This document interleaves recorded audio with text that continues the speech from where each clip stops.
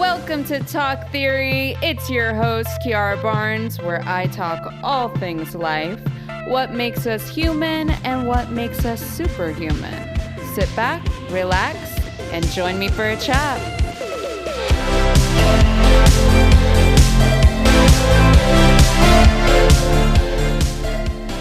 Hello, everyone. Welcome back to another episode of Talk Theory.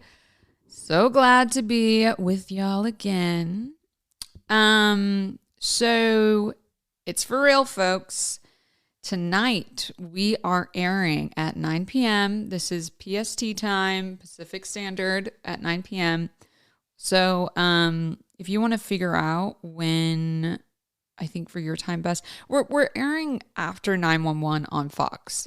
Okay, so if you want to check, go and see what time 911 is airing in your area.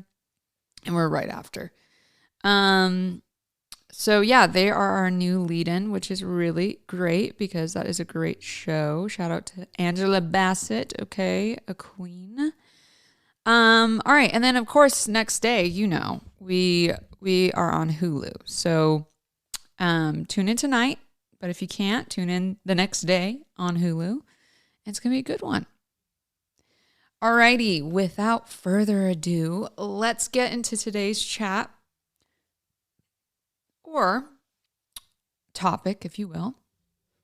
I was listening to an interesting topic of conversation recently, and it really just got me thinking. And it was the idea of how do we really know who we are? You know, will there always be this layer of imposter syndrome, or is this something that gets worked out or ironed out through time and consistency on whatever desired path of yours, right? Or do we only identify with the old versions of ourselves because they've been with us for so long? And so we've just kind of grown accustomed to that. And to me, this is kind of like growing up in a bilingual home. You know, say if in your home, you have Spanish speaking along with English speaking. So it's dual, right? Well, there's a pretty likely chance that you will grow up learning both of these languages as a child. And as most of us know, children are super, super malleable to new information. You know, there's a bunch of science to this, but this ain't a science class. Okay, so what I'm trying to say is you just grow up comfortable knowing both languages. You don't really think too much of it. It is what it is because that's just what you've been surrounded by.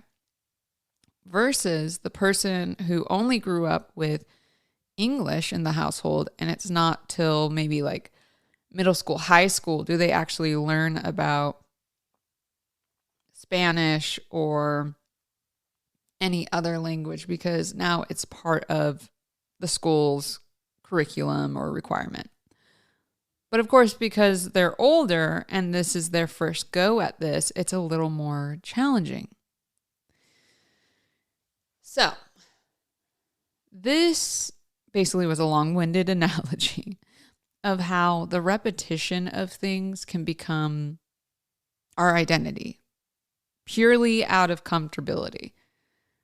So the moment you start or stop identifying with something, it feels super uncomfortable and you want to reach to an old learned behavior just to feel safe.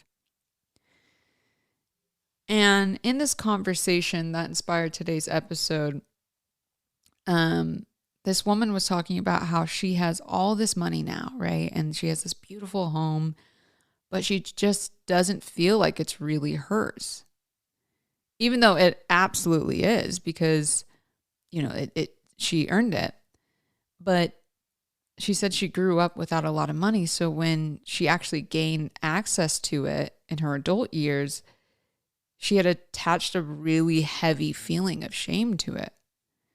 For example, she had some friends over for, a little dinner night kind of thing. And they kept asking her for a house tour. And she didn't want to do it. She was trying to avoid it. And finally got to the point where they were like, "Hey, what's going on? Like, why can't we see the house?" So she's showing them around, and she said she forgot her closet door was a little jarred open, and she had a designer bag that was out. And she said she was just mortified because she felt like everyone was judging her for this bag, and what are they going to think of her for having money? I just thought this was the most interesting thing because she was so attached to her personality and who she was deemed to be based on her past life, almost as if it made her more palatable to be struggling so that she felt some sense of relatability to those around her. And I mean, there's a lot of layers to this, but staying on theme, she did mention that her old reality strangely felt more comfortable with chaos, because that's just what she knew best to work through. Oof, deep breath. I gotta breathe through that. Ooh. Okay. Let's break this down because I've had some similar feelings to this and just an overall understanding. We get brought up however we get brought up, but it's individual and specific to everyone. And then as you grow older, you meet new people, have new connections, explore, et cetera, which fundamentally changes the way you view the world, aka view yourself, because you are also of the world. Now, here's just one thing I will say. Feeling bad for having things, money, success is ultimately a waste of time. Because if you think about it, others' assessment of who you are as a person based off of the things you have accumulated, that alone is ridiculous, but they're just people. And, not to sound harsh, but people have a lot of thoughts. I'm a person with a lot of thoughts. Who cares? I'm sure there's a lot of opinions that I have on things that people do not care about, and same vice versa. So if you're taking care of yourself, not inflicting harm and doing well, you're good to go. In my books, you're good to go. I actually feel the same way when it comes to the topic of nepotism, or the coin frame lately has been like nepo babies or nepotism babies. If you don't know what a nepotism baby is, all it is someone coming from a successful lineage. Right? Like Jaden Smith is a nepo baby because his father is Will Smith. Basically growing up in an economically favorable condition. Now, here's my thing with this. I genuinely don't have a problem with it. I don't. The only time it gets to be a little is when someone who is from a lineage with favorable economic conditions denies that, and denies that it's been beneficial or claims that it didn't take part in where they are today. Because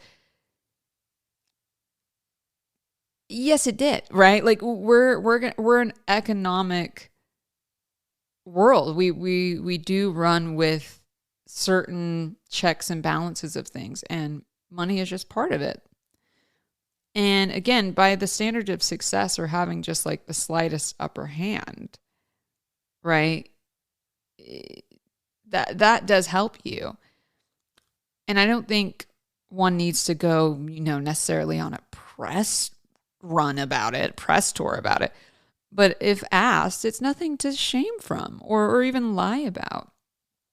I was watching something actually. Matthew McConaughey was doing an interview with Oprah, and he mentioned this, and he said he tells his kids, hey, if anyone ever gives you a hard time at school, teases you for having a big home, or says, oh, I bet your daddy bought you that, and that. He said, you say, yes, he did. And he worked really hard to have it. There's nothing wrong with that. Essentially saying, don't be ashamed, because that's just how you live. That, there's nothing you can do about that. And honestly, this is a deeper conversation about how money makes folks uncomfortable. Some folks. The whole eat the rich agenda, nah. I don't subscribe to that. Seriously. And listen, this is why. To me, there's crappy people everywhere, right? There's crappy people with money and crappy people without money. But money in itself is really an undefined item. We give it meaning. So if you see money through the lens of negativity, of course you're going to have that same outlook and reception of it. But if you look at money through the lens of love, you're going to get that energy. For me, money has brought me a lot of beautiful choices in my life. I've been able to gather family in places. I've been able to experience new activities, lifelong memories, all because of money. And I used to have a very different outlook of it, very much on the other side. But, I noticed when I felt nicer towards money and showed it love rather than, hated on it, baby, it started coming in more frequently, okay, and much easier than before. So circling back to the whole identity and identities. Every once in a while, imposter syndrome will creep in and convince me for just a moment that I'm not the person I'm presenting to be. And for a bit of time, I believed the old story of me and felt like that woman, just not all the way settled in this new place that I'm in. I'm referring to the woman that with the house and the whatever. But you know how I found to cut all that off? I just asked myself, have I been making decisions through my heart? Really simple. And the answer is yes, and I'm absolutely 100% okay with the person that I am. So, to me, so what? So what if you change your hair? So what? You change the car you drive, the house you have, you change your style. So what? If it makes you genuinely happy and it feels good and you enjoy walking into this home, you enjoy putting on these new clothes, you enjoy this new hair, so what? That's okay. You're doing it from a place of love because it feels like you. And for me, I'm going off what feels the best and what makes me happy. Because that's what feels like me. I'm making decisions through the heart. And to me, oh well, if someone feels a type of way about it, there are plenty of people out there that don't care. And those are the people that I want to, continue to come into alignment with, in the sense of, these people are interested in getting to actually know you, the you that is full of joy and peace, because they followed their heart, you followed your heart. So, all in all, to get to a point of comfortability with yourself, you need to be okay with the fact that you are servicing yourself first. And there is nothing wrong with that. Do what you love. Do what makes you happy, because no one can live your life for you. No one. So if you spend your entire life living someone else's life, that is going to suck when you get to the end. You're going to be like, dang, bro, like, I didn't spend enough time here to see the world through my own eyes, to experience human life as me. And that is a shame, you know? I just think that human existence and the opportunity to be a part of time, space, and reality where you're on a planet and you can sense things, speak with people, connect with other energy. It's really a wild thing, and it's incredibly powerful if you actually use it correctly. So here is the theory of the week. Walking the path of your highest timeline will bring a life worth living. We're on this planet to learn and to grow. So be yourself so you can actually enjoy, actually participate, you know? I mean, you might as well, right? When I think about it, like, I don't know, like visually, I go somewhere when you're a kid and you're on the playground and it's like right before summer, right? In elementary school or middle school, it's right before summer. It's like a day or two out. And so they're doing a lot more field games outside, or, you know, you're just having a lot more fun. And it's like, you're kind of shy, like, oh, should I join in the fun, or should I just watch and just kind of, you know, do that? And it's like, join. Why not? It's almost summer, baby. Like, heck yeah, get in there, play some kickball, you know, do some, I don't know, you know, have fun, get on the swings. And that's just where I visually go every time. It's like, there's nothing wrong with enjoying your life and doing it the best way that feels authentic to you. Woo! Okay. That felt good. All right. All right, folks. That's it for today. Remember, tonight, Fantasy Island is on at 9 o'clock PST, after 9/11 on Fox, next day on Hulu. All right?